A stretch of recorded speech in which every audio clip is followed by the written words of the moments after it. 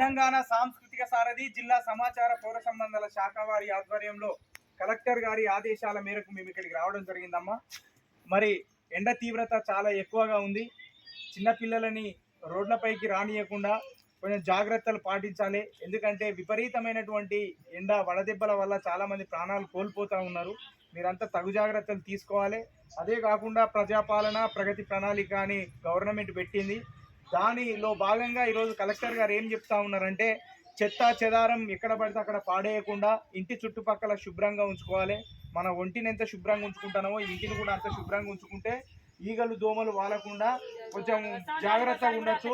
కానీ ఇట్లా చిన్న పిల్లలు ఉంటారు, వాళ్ళకి ఈగలు దోమలు కుట్టడం వల్ల ఏమవుతుందంటే టైఫాయిడ్, చికెన్ గున్యా అనేది అతి ప్రమాదకరమైనటువంటి రోగాలు వస్తాయి. కాబట్టి మీరంతా జాగ్రత్తలు పాటించాలని మీకు చెప్పడం కోసం మేము ఇక్కడికి రావడం.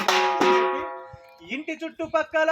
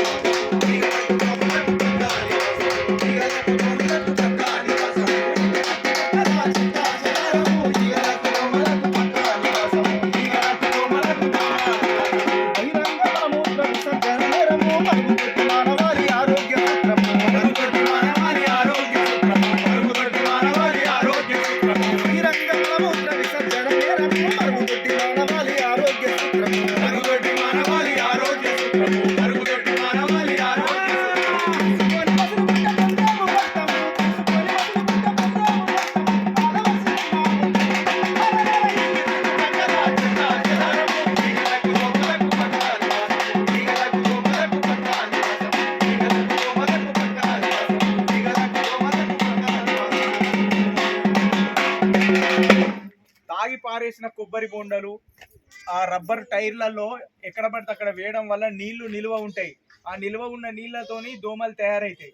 కాబట్టి ఆ దోమలు కుడితే అనేక ప్రమాదకరమైన రోగాల బారిన పడతాం. కాబట్టి కొంచెం జాగ్రత్తగా ఉండాలి.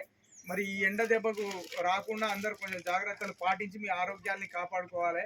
అవకాశం ఇచ్చినందుకు మీ అందరికీ ధన్యవాదాలు తెలియజేస్తున్నామమ్మా. Thank you. అందరు